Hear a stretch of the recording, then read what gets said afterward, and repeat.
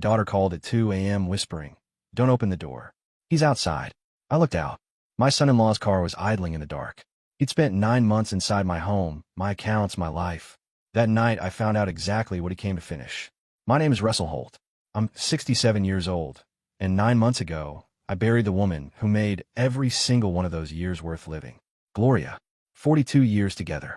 I sold the ranch 4 years back. Knees weren't what they used to be, and Gloria wanted to be closer to Naomi. So we moved to Clover Ridge, a quiet suburb outside of Nashville, into a brick house with a covered porch and a backyard big enough to remind me of open land without making me miss it too much. It was a good life, a settled life. Then Gloria got sick, and everything I thought I understood about family started to come apart at the seams. She passed in October. The grief didn't hit me all at once.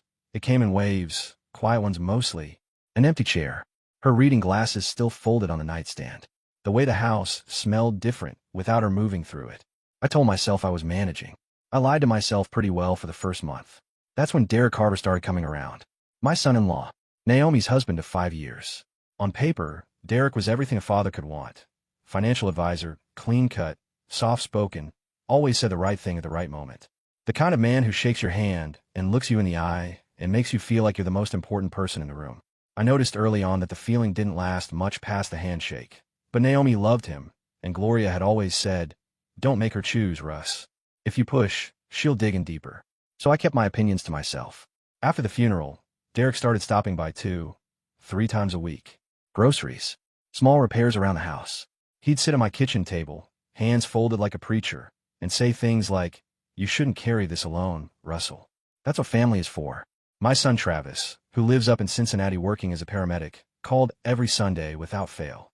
But Derek was here, and there's something about presence that makes a grieving man lower his guard when he shouldn't. 3 months in, Derek offered to help organize my finances. Said he wanted to make sure nothing slipped through while I was dealing with the loss. I let him. I was tired in a way that sleep didn't fix, grief tired, bone tired, and Derek made it all sound reasonable. He brought a folder. He used words like estate planning and streamlined access, and I signed things I didn't read carefully enough.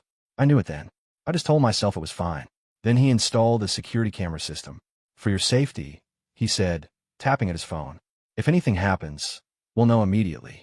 It sounded modern, responsible, the kind of thing a man who cared about his father-in-law would do. I didn't ask who else had access to the feed. I should have asked. The fog started about 6 weeks after he installed the cameras. Small things at first. I'd walk into the garage and forget what I came for, find my truck keys in the refrigerator, wake up with a heaviness I couldn't shake before noon. I figured it was grief, maybe age. Derek had started bringing me a daily vitamin supplement. "Good for memory and circulation," he said, setting the bottle on the counter with the quiet confidence of a man doing a favor. I took them every morning because I was trying to take care of myself. Because Gloria would have wanted me to. I stopped taking them 2 weeks before that night. Something fell off. I couldn't name it, just a rancher's instinct. The same thing that tells you a storm's coming before the clouds show up. Within days, the fog started to lift. That's when I started paying attention to things I'd been too hazy to notice. It was a Tuesday in late March, just past 2 in the morning. I'd fallen asleep in my recliner with the television on low, some old Western playing, the kind Gloria used to tease me about. My phone buzzed on the armrest. "Naomi." I picked up on the first ring. Her voice came through in a whisper so thin, I had to press the phone hard against my ear. "Dad." A pause. "Don't open the front door." Another pause, longer. "And please, don't text Derek. He can't find out I called you." I was on my feet before she finished the sentence. I crossed the front window and pulled the curtain back an inch. Derek's black SUV sat at the curb with its lights off, engine running, just sitting there in the dark like it had been there a while, patient and still. I could see the glow of a phone screen through the windshield. My stomach dropped. He hadn't come to check on me. Whatever he was here for at 2 in the morning, it wasn't concern. "Naomi," I said quietly, stepping back from the window. "Where are you right now?" Her breath was unsteady. "I'm safe. But Dad, he's been planning something. And I think tonight's the night he tries to make it happen." I looked back through the gap in the curtain at that idling car. The glow of his phone.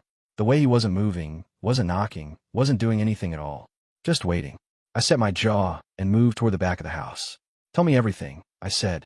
"I want to back up. Because what happened that night didn't come out of nowhere. And if I'm being straight with you, there were signs I should have caught sooner. After Gloria passed, I did what a lot of men my age do. I kept moving. Cleaned the gutters. Fixed the back step. Mowed the lawn on schedule. Staying busy felt like staying upright. The problem with staying busy is that it leaves gaps, and Derek Carver had a talent for filling gaps. He showed up the Thursday after the funeral with 2 bags of groceries and a calm that felt almost rehearsed. Naomi was with him, red-eyed and quiet, and I wasn't going to turn either of them away. Derek moved through my kitchen like he already knew where everything was kept. He made coffee, set out food, and sat across from me with his hands folded on the table. "You've been carrying this ranch owner mentality your whole life, Russell," he said with a half-smile. "Fix it yourself, handle it yourself. But you don't have to do that anymore." I remember thinking the observation was a little too precise for a man who hadn't known me that long. But grief makes you generous with people who show up. So I let it go. The visits became routine. Twice a week, sometimes 3 times. He'd bring things, coffee, supplements, occasionally a casserole for Naomi. He started handling small logistics. A bill here, a renewal notice there. When he offered to set up automatic transfers to simplify my monthly expenses, I said sure without asking for the details. I was tired. Not lazy, tired. There's a difference, and people who've lost a spouse understand it. About 6 weeks in, he brought a box of equipment and installed 4 cameras. Front door, back door, driveway, kitchen entry. He walked me through an app on his phone that could pull up any feed in real time. "You fall," he said matter-of-factly. "I'll know before the ambulance does." I appreciated the thought. At least I told myself I did. Why I didn't ask was whether the app was on my phone alone, or his too. The fog started around Thanksgiving. I'd walk out to the garage and stand there trying to remember why I'd come. Found my reading glasses in the freezer once. Woke up 3 mornings in a row, convinced I'd heard Gloria's voice from the kitchen. I chalked it up to grief, to age, to not sleeping well. Derek's supplements sat beside the coffee maker every morning. A ritual he'd established, so casually I'd stopped thinking of them as something he'd introduced. They were just part of the morning now. Travis called every Sunday from Cincinnati. Solid kid, always had been. But one Sunday, I reached for my phone, and Derek was already holding it, glancing at the screen. "Travis can call back," he said smoothly. "You sat down to eat." I told him I could talk and eat at the same time. He smiled like I'd made a small joke, and set the phone face down on the counter. By the time I got it back, the call had gone to voicemail. The next morning, I found a text sent from my phone to Travis that I had no memory of writing. "All good here. Talk next week." I hadn't sent that text. I started paying closer attention after that, and the clearer my head got, especially once I quietly stopped taking Derek supplements. The more things didn't line up. He had access to my email. He knew my bank login. He'd rearranged my filing cabinet in the den to make things easier to find, and I couldn't locate 3 years of property records that had been there since we moved in. And the cameras he'd installed. I realized I'd never once checked whether the app on my phone actually worked. Derek had set it up. Derek managed the notifications. Derek knew everything the cameras saw. I'd handed a stranger the keys to my house and told myself it was family. That's the part that kept me up at night, even before Naomi's call. Not the anger. I'd get to that. The part that kept me up was the question of how a grown man, a man who'd run a 1,000-acre operation and negotiated cattle contracts and buried his wife with dry eyes because she'd made him promise to hold it together, how that man let it happen inch by inch without noticing. The answer, I think, is that grief doesn't make you stupid. It just makes you tired enough that someone patient and careful can walk right through the door you forgot to close. Derek Carver was very patient, very careful, and I was done letting him walk through anything. She told me everything in pieces, the way people do when the truth is too heavy to hand over all at once. Derek had left his laptop open on the kitchen counter that afternoon. Naomi had walked past it reaching for her keys and caught a name on the screen, her name, connected to a document she didn't recognize. She stopped. She read. And what she read changed everything she thought she knew about the man she'd married. It was a draft petition. Legal language, formatted, nearly complete. It named me, Russell Holt, as the subject of a guardianship proceeding. It listed memory lapses, disorientation, diminished capacity to manage personal and financial affairs. It referenced a scheduled psychological evaluation set for the following morning at 9 a.m., with a Dr. Ellison at a private clinic Derek had apparently used before. The petition named Derek Carver as proposed guardian with full authority over my property, medical decisions, and finances. "He's been building this file for months, Dad," Naomi whispered into the phone. "There are notes, dates, incidents he wrote down, things he says you did or said that showed confusion. I don't even recognize half of them." My jaw tightened. He fabricated a record, or exaggerated one. Her voice faltered. "The supplements, Dad. I found the bottles in his car. The real label. They're not vitamins." I stayed quiet and let that land. "I looked them up," she continued. "High doses over time can cause exactly what you were experiencing. The fog. The forgetfulness. He was engineering the evidence. I crossed to the kitchen and stood in the dark, hand on the counter, thinking about every morning I'd taken those capsules without question. A rancher knows better than to drink water from an unknown source. I'd forgotten that lesson inside my own house. Did he see you reading the laptop? I asked. A pause. I don't know. I closed it and left. But his location sharing app was on my phone. The one he said was for emergencies. I turned it off, but if he checked before I did, she didn't finish the sentence. She didn't need to. I moved to the front window again and looked at the idling SUV. Derek hadn't knocked, hadn't called. He was just sitting there, patient as a man who believed he had already won. There's something else, Naomi said quietly. I found a folder in his home office. Old documents, different names, a different county. Dad, I think he's done this before. That was the moment the cold in my chest became something harder. Not fear, resolution. I told her to stay where she was, lock her doors, and not contact Derek under any circumstances. Then I went to the hall closet and dug past 2 boxes of Gloria's books until my hand found what I was looking for, a compact digital recorder I'd used years ago for ranch business meetings when I didn't trust my notes. Battery still held. I checked it twice, slipped it into my shirt pocket, and moved to the den. Behind the bottom shelf of Gloria's reading cabinet, beneath a stack of seed catalogs she'd never gotten rid of, I found the burner phone Travis had pressed into my hand last Thanksgiving. He'd gripped my wrist and looked at me straight. I've seen what isolation does to people, Dad. Just keep it charged. I thought he was being dramatic. I owed him an apology. I powered it on. 3 bars. I didn't call Travis yet. Not until I had something solid. Instead, I texted Naomi from my regular phone. Stay put. Recorder is on. If I say front gate, call 911. She replied in under 10 seconds. Understood. Be careful. I wasn't interested in being careful. I was interested in being thorough.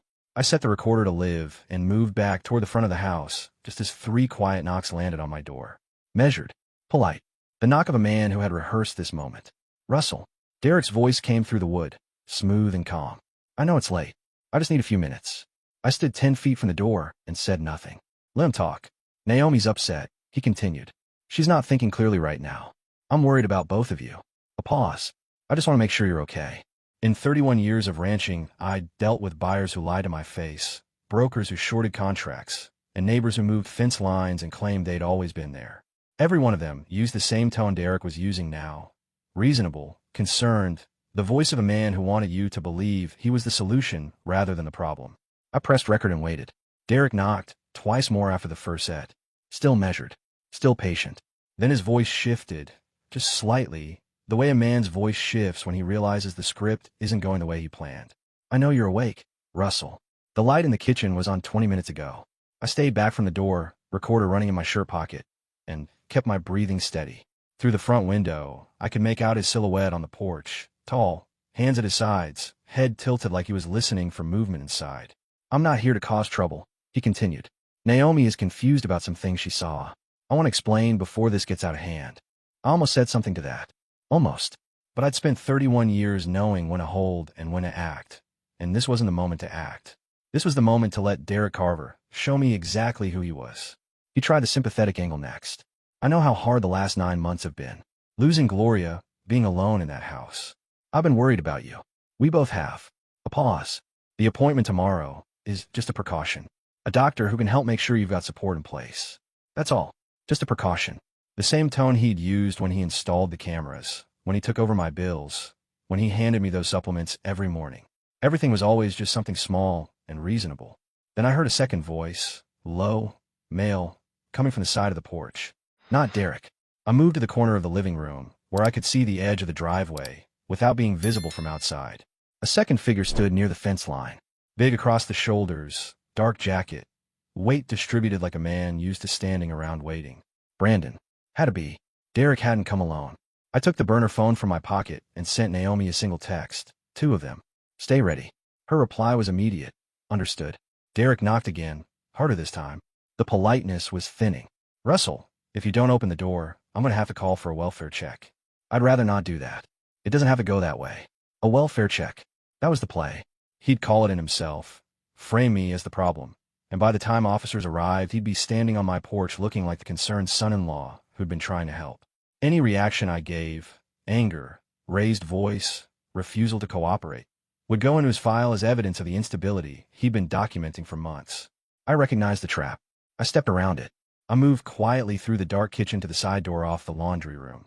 The one Derek had fixed for me back in January because the latch was stiff. I checked it now. The latch moved too smoothly. No resistance at all. He hadn't fixed it. He made it easier to open from the outside. I shoved the dryer in front of it, then stacked 2 toolboxes against the dryer. It wouldn't stop a determined man for long, but it would make noise. I went back to the hallway, positioned myself where I could see both the front door and the laundry room entrance, and held the recorder steady. Derek's voice rose slightly from the porch. "I'm going to make that call, Russell. Last chance." I finally spoke. Not loud, flat, and even the voice I used when a hand came to me with a problem that needed settling, not comforting. "You're standing on my property at 2:30 in the morning," I said through the door, "with someone I didn't invite, after installing cameras in my house that you still have access to. And you're telling me this is about my welfare." Silence on the porch. "I've been recording this conversation since you knocked," I added. Every word. Another silence. Longer. Then Derek's voice, quieter, some of the smoothness gone. "That's not necessary, Russell. This is family. Family doesn't show up in the dark with backup." I heard him exhale. Then, lower, meant for the second man, not for me. "Go around back. Side door." I was already braced against the wall when the laundry room went dark with movement, and the dryer shuddered against the door frame with a heavy impact. The toolboxes held for 2 seconds. Then the top one crashed to the floor. Brandon was inside my house. The laundry room door swung open hard, and Brandon came through it like a man who'd done this before, shoulders low, moving fast, one hand out to brace against the wall. He was maybe 32, thick through the chest, wearing a dark jacket and work boots. No mask, no gloves. Just a man who'd been told this would be easy. He pulled up short when my flashlight hit him square in the face. I was standing at the end of the hallway, feet planted, recorder running in my shirt pocket, and the flashlight raised chest high, beamed steady on his eyes. I hadn't backed up. I hadn't reached for anything else. I just stood there the way you stand when you've decided you're not moving. Brandon threw one arm up against the light and squinted. "What the?" "Stop right there," I said. Not loud. Ranchers don't yell at animals they're trying to move. They speak with certainty and let the animal decide whether to test it. "You are inside my home without permission. That is a criminal offense in the state of Tennessee. I suggest you think carefully about your next move." He blinked against the beam. "Man, just calm down." Ethan said. "Derek," I corrected. He caught himself. "Derek said you'd." "He said you weren't going to be a problem." Derek was wrong. I raised the flashlight slightly, so he had to look down to avoid it. "What's your last name?" "What?" "Your last name," I repeated. "You're being recorded. I'd like it for the report." That landed. His jaw tightened, and his eyes shifted to the side, the look of a man recalculating what he'd walked into. From the front porch I could hear Derek's voice, slightly raised. "Brandon, what's taking so long?" I didn't move. Brandon took one step back, toward the door. "Look, I'm just doing a favor for a friend. That's all." "Trespassing isn't a favor," I said. "It's a felony." I tilted the recorder slightly outward, so the mic faced him more directly. "Say your name for the record. Might matter later when the DA asks who authorized you to be here." That did it. He took 2 full steps back into the doorframe and glanced over his shoulder toward the side yard. I followed him to the threshold. Not outside, just far enough to keep the light on him. On the front porch, Derek had gone quiet. Then from the side of the house came the second man's voice. Lower, a little older. Doors blocked. "Brandon, you clear?" Brandon looked back at me. Something shifted in his expression, the arrogance draining out, replaced by something closer to embarrassment. He was a man who'd been told to walk into an empty house and find a confused old man. He'd walked into something entirely different. "I'm leaving," he muttered.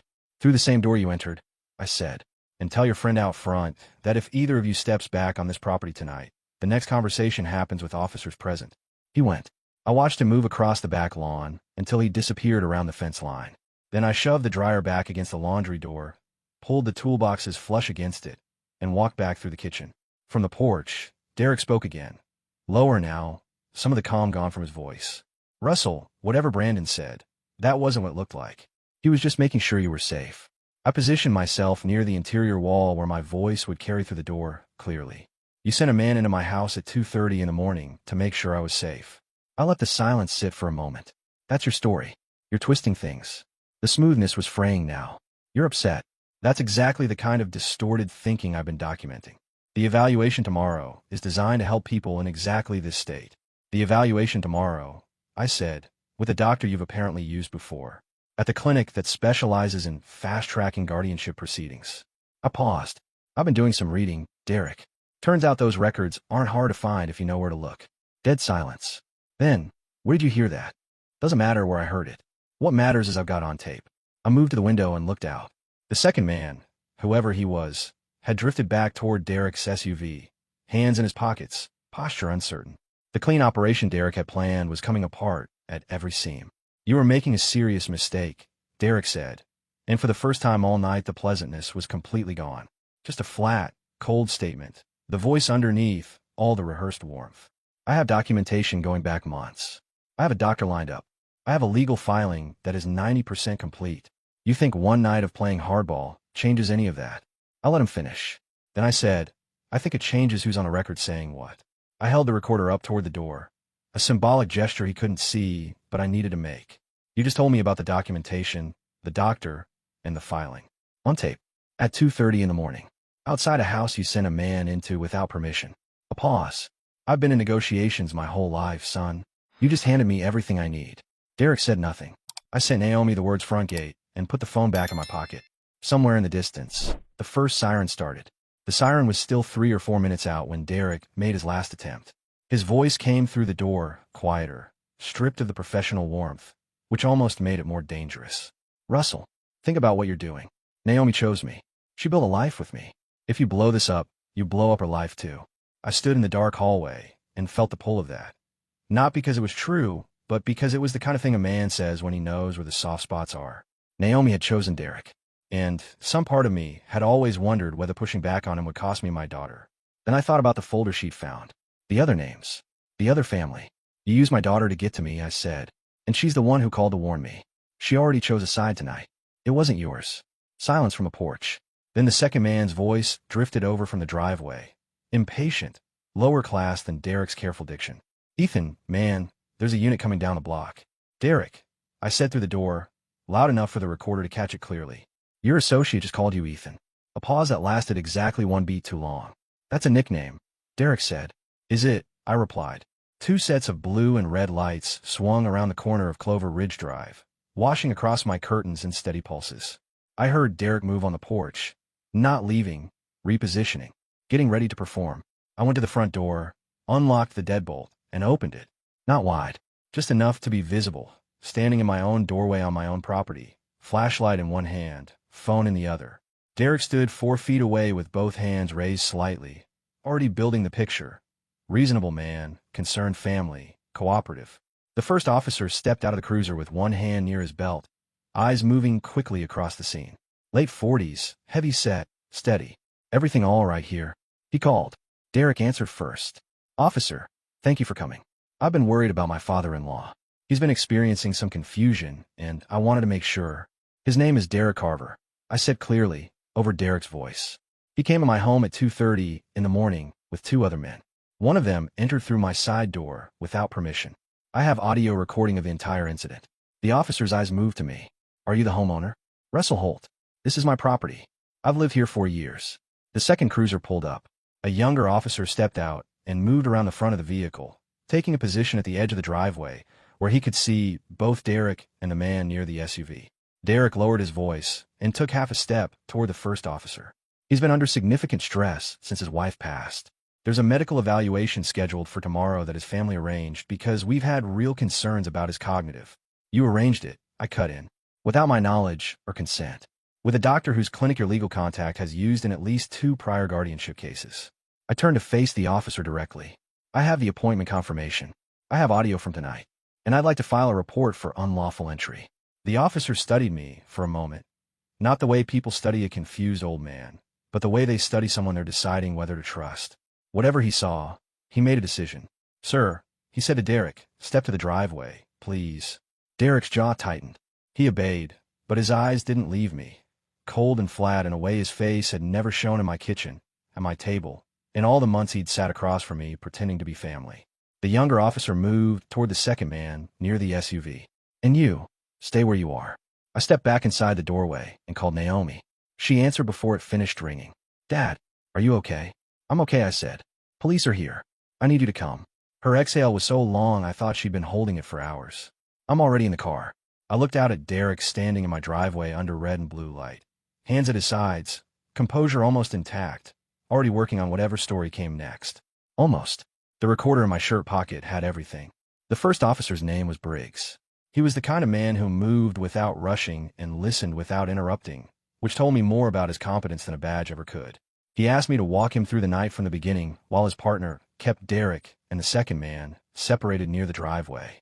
I did it the way I used to explain a complicated cattle deal, chronologically, without editorializing, letting the facts carry the weight. The 2 a.m. call from Naomi. Her instructions. Derek's car at the curb. Brandon's entry through the laundry room. The conversation through the door. The recording. Briggs listened with his notepad open, but barely looked at it. When I finished, he asked one question. How long has your son-in-law had remote access to your security cameras? Since November, I said. He installed the system himself. Briggs wrote something down and looked up. Is the system still active? I walked him to the front porch and pointed to the small black camera above the door, the one Derek had mounted himself, aimed at the entry and half the driveway. The green light was on. He's been watching this whole time, Briggs said.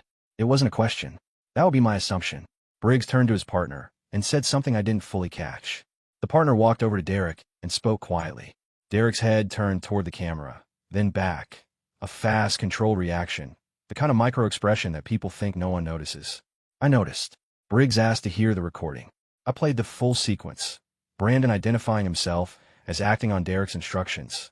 Derek's voice through the door, announcing the evaluation and the documentation. And the moment Derek told his associate to go around back. Then the part I've been waiting to use. Derek's voice, flat and cold. I have documentation going back months. I have a doctor lined up. I have a legal filing that is 90% complete. Briggs stopped writing and just listened. When it ended, he looked at me with the calm expression of a man who had just heard something useful. Mr. Holt, do you have a family member who can come be with you tonight? My daughter is on her way. My son is in Cincinnati. I haven't called him yet. Call him, Briggs said simply. Then he walked toward Derek. I stepped back inside the doorway and dialed Travis on the burner phone. He picked up on the second ring. Voice alert despite the hour. Paramedics learn to come awake fast. Dad. He heard something in the silence before I spoke. What happened? Derek happened, I said. I need you to come. There was a pause, not hesitation, decision-making. I'm leaving in 10 minutes. I went back to watching through the sidelight window. Briggs was speaking to Derek in a measured voice, and Derek was doing what Derek always did. Answering calmly, gesturing minimally, projecting the image of a man being very patient with an unfortunate misunderstanding. I'd watched him use that manner on me for months. It was impressive, technically, like watching a machine that had been calibrated for one specific purpose. The problem was the recording existed. And a recording doesn't respond to charm. Derek's associate, the second man, whose name I still didn't have, was sitting on the hood of the SUV with his arms crossed, talking to the younger officer with the energy of someone who very much wanted to be somewhere else. Brandon had not returned. Briggs came back to me. Mr. Holt, your son-in-law states that he called ahead and that you agreed to a conversation tonight. He did not call me, I said. He texted my daughter, threatening language, and drove to my house with 2 men at 2 in the morning. My phone log will show no incoming call from him tonight. I pulled up my call history and turned the screen toward Briggs. Nothing. Briggs nodded. He also states the medical evaluation scheduled for tomorrow was arranged with your knowledge and consent. It was not. I kept my voice even. I have never spoken with the doctor, never signed a referral, and was not informed of the appointment until my daughter found the confirmation on his laptop tonight and called to warn me. I paused. I'd also like to point out that the clinic he selected has a documented relationship with a legal firm that specializes in fast-track guardianship proceedings. That's not a coincidence. It's a pipeline. Briggs studied me for a moment. How do you know that? My daughter found a folder in his home office. Prior cases.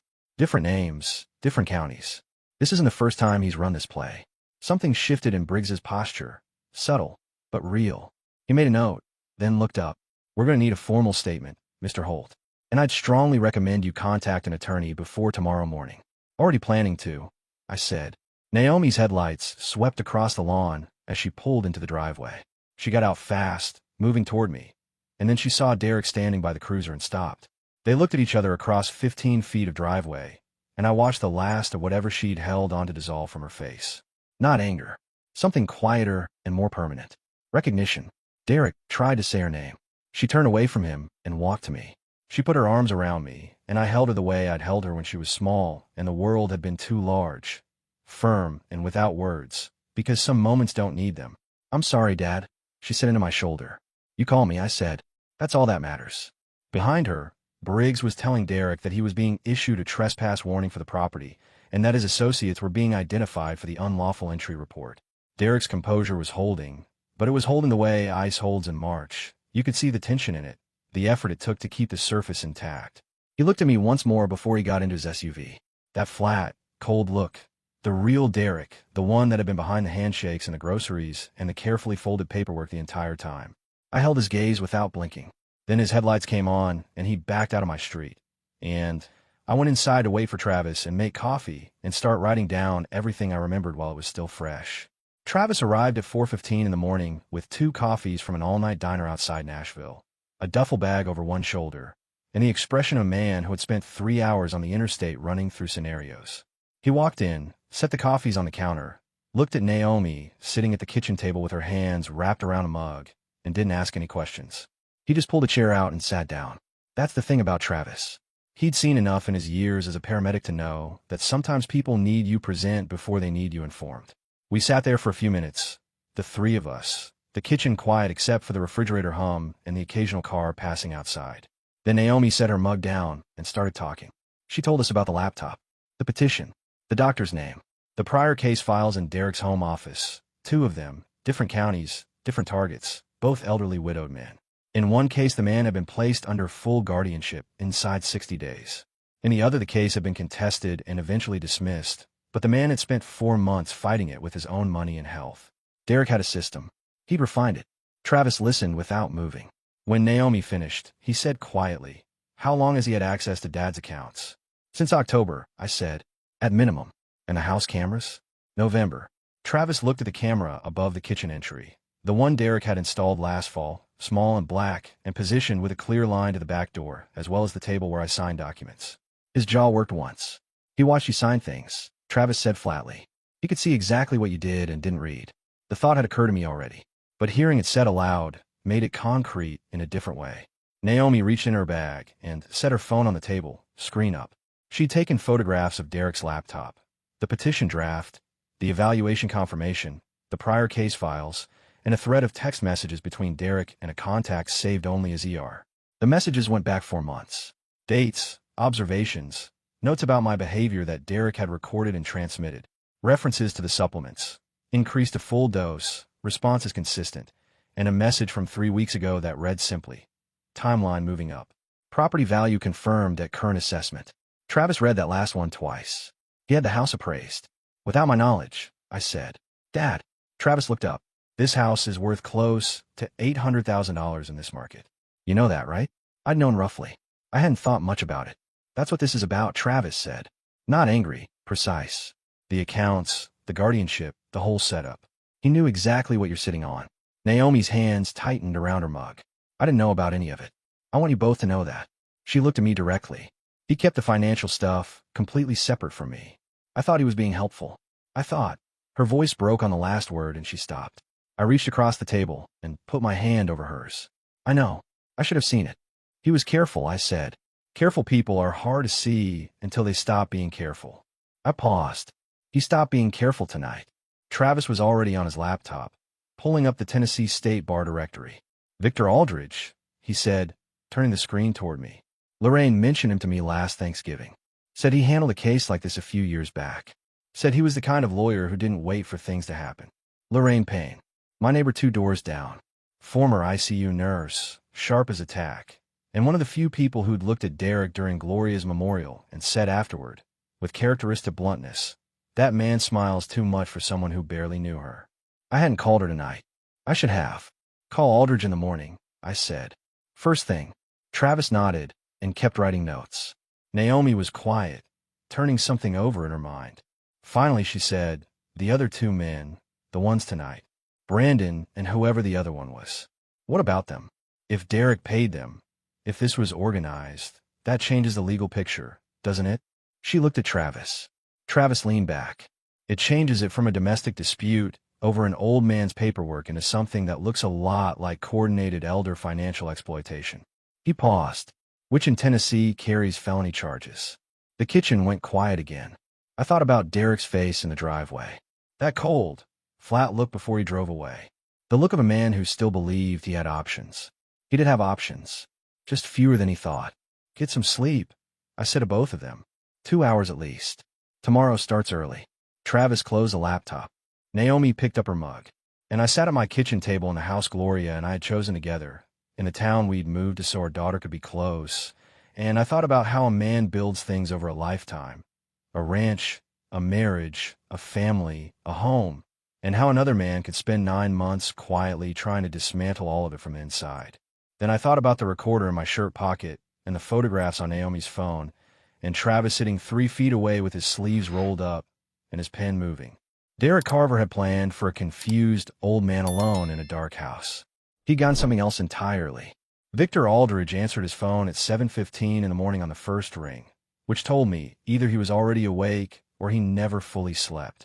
His voice was dry and direct. The voice of a man who had spent 20 years as a financial crimes detective and another 15 translating that work into courtroom victories. Travis had called him first, explained the outline, and handed me the phone. I gave Aldridge the specifics in the same order I'd given them to Briggs. Chronological, factual, no embellishment. He listened without interrupting. When I finished, there was a pause of about 4 seconds. "The recording is clean?" he asked. "Clear audio." Brandon naming Derek. Derek stating the filing was 90% complete and that he had a doctor lined up. Derek's voice instructing Brandon to go around back. "In the prior case files your daughter photographed? 2 of them. Different counties. One resulted in full guardianship. One was contested and dismissed after 4 months." Another pause. "Mr. Hull, I need you in my office at 9. Bring your daughter, the recordings, the photographs, and any documents you signed in the last 9 months that you didn't fully review." He stopped. "All of them. I'll be there." "One more thing," Aldridge said. "Don't go to your bank alone. Wait for me." He hung up before I could thank him. Lorraine Payne knocked on my door at 7:45 with a covered dish and the expression of a woman who already knew something had happened. I'd lived next door to Lorraine for 4 years, and I'd learned she had a radar for disturbance that most people didn't develop outside of emergency medicine. I told her everything over coffee while Travis ate, and Naomi sat quietly, holding her mug with both hands. When I finished, Lorraine set her cup down and folded her hands on the table with the deliberate calm of a woman processing a diagnosis. "The supplements," she said. "Did you keep any of the bottles?" I looked at Travis. He was already on his feet, moving toward the cabinet where I kept them. There were 3 bottles left. Travis photographed each one and bagged them in Ziploc bags from my kitchen drawer. Lorraine read the handwritten labels, and her expression darkened. "I want these tested," she said. "I know a pharmacist at Vanderbilt who does independent composition analysis. If what's in these bottles caused the cognitive symptoms you described, that's not just fraud, that's a physical harm claim." She looked at me steadily. "That changes the charge level significantly." Naomi made a small sound. "He was dosing my father. Systematically," Lorraine said. "Not unkindly, but without softening it either. That's what the evidence suggests." We drove to Aldridge's office at 8:45. Me, Travis, and Naomi in Travis's truck. Lorraine following in her own car because she insisted and I'd learned not to argue with former ICU nurses. Victor Aldridge was 62 years old, compact, gray-haired, with the careful eyes of a man who had spent decades looking at things people try to hide. His office smelled like old paper and coffee, and he didn't offer small talk. He reviewed everything in under 40 minutes. The recording, the photographs, the documents I'd signed, the 2 prior case files. When he finished, he leaned back and looked at me over his reading glasses. "Derek Carver isn't his real name," he said. The room went quiet. "I ran the prior case files while you were driving over." He turned his laptop to face us. "The name on the second contested case, the one that got dismissed, lists the petitioner's representative as a man named Ethan Greer. The physical description in the complaint filed by the elderly respondent matches your son-in-law exactly." He paused. "Different county, different name, same method." Travis's jaw tightened. "He's a professional. He's been doing this at least 3 times, Aldridge said, "that we can document. There may be more." He looked at Naomi. "Your marriage may not be legally valid, depending on what name he used on the certificate." Naomi stared at the table for a long moment. Then she looked up. "What do we do?" "We go to the bank first," Aldridge said. "Then we file a criminal complaint with the DA's office and request an emergency injunction blocking any guardianship filing in your father's name." He closed the laptop. "And we contact the counties where the prior cases occurred." Because if this man is operating under multiple identities, those families deserve to know. He stood up and reached for his jacket. "Mr. Holt," he said, "you mentioned that your late wife's voice is still with you sometimes." The observation surprised me. "It is. Good." He picked up his briefcase. "Mine is too. It's useful." He said it without sentimentality. Just a fact between two widowers who understood that some things don't leave. "Let's go protect your house." 4 months later, I was sitting on my back porch in the early June heat, coffee in hand, watching a pair of cardinals work through the feeder Gloria had hung from the oak tree the first spring we lived here. The yard was the same. The house was the same. The third step still squeaked. Some things hold. Derek Carver, whose legal name turned out to be Ethan Greer, with a prior identity before that which Aldridge's contacts in 3 counties were still untangling, was facing felony charges in 2 jurisdictions. Coordinated elder, financial exploitation, unlawful entry by proxy, identity fraud. The DA in Davidson County had taken the case seriously from the first meeting, partly because of the recording, partly because of the prior case files, and partly because Brandon, facing his own charges, had given a full statement in exchange for a plea arrangement that included mandatory cooperation. Brandon confirmed that Derek, Ethan, had paid him $400 to come that night, that it wasn't the first time he'd been hired for similar work, that there had been at least one other address, another elderly man, another dark driveway. The police were still working on that one. The bank had frozen the authorization request within the first hour of my visit with Aldridge. My accounts were secured. The administrative access Derek had added to my camera system was revoked, and a new security setup, one I controlled and no one else, was installed by a company Lorraine recommended. Lorraine's pharmacist contact at Vanderbilt completed the composition analysis of the supplement bottles in 3 weeks. The results confirmed what she'd suspected, a combination of compounds that, at the dosage Derek had recommended, produced exactly the cognitive symptoms I'd experienced. Fatigue, memory disruption, mild disorientation. Enough to be documented, not enough to be obvious. That analysis became the centerpiece of the physical harm claim Aldridge filed on my behalf. Naomi's marriage to Derek Carver was legally void. The name on the certificate didn't match any verified identity. She'd cried when Aldridge told her, not for the marriage, she said, but for the time. The years she'd spent trusting a man who had chosen her specifically because she was the door to me. She moved back in her old room for 2 months while she found her footing. We had hard conversations about what she'd missed, about what I'd swallowed to keep peace with a man I'd never trusted, about Gloria's voice in both our heads saying variations of the same things. We didn't resolve all of it. We didn't need to. We just kept talking. Travis drove down from Cincinnati 3 weekends in a row, which he hadn't done in years. He and Naomi fixed the back step together one Saturday afternoon, and I watched them from the porch and thought about all the years I'd spent on open land and understood something I hadn't quite put into words before, that what a man builds isn't the acreage or the structure. It's the people who know how to come back. Victor Aldridge called me in May with an update on the civil suit. He told me what the house appraised at, $840,000, accounting for recent market movement. He said it in the flat tone of a man reading a number off a page. I said thank you, and we moved on to the legal timeline. The money wasn't the point. It never had been. The point was that it was mine, bought with years of work, and built into a life with a woman I loved for 4 decades. And no man with a smooth handshake and a manufactured file was going to sign his name to it. I finished my coffee and listened to the cardinals. Gloria had always said cardinals were the most confident birds in any yard. They didn't hide in the branches or wait for better weather. They came to the feeder in plain sight and took what they needed without apology. I understood that better now than I used to.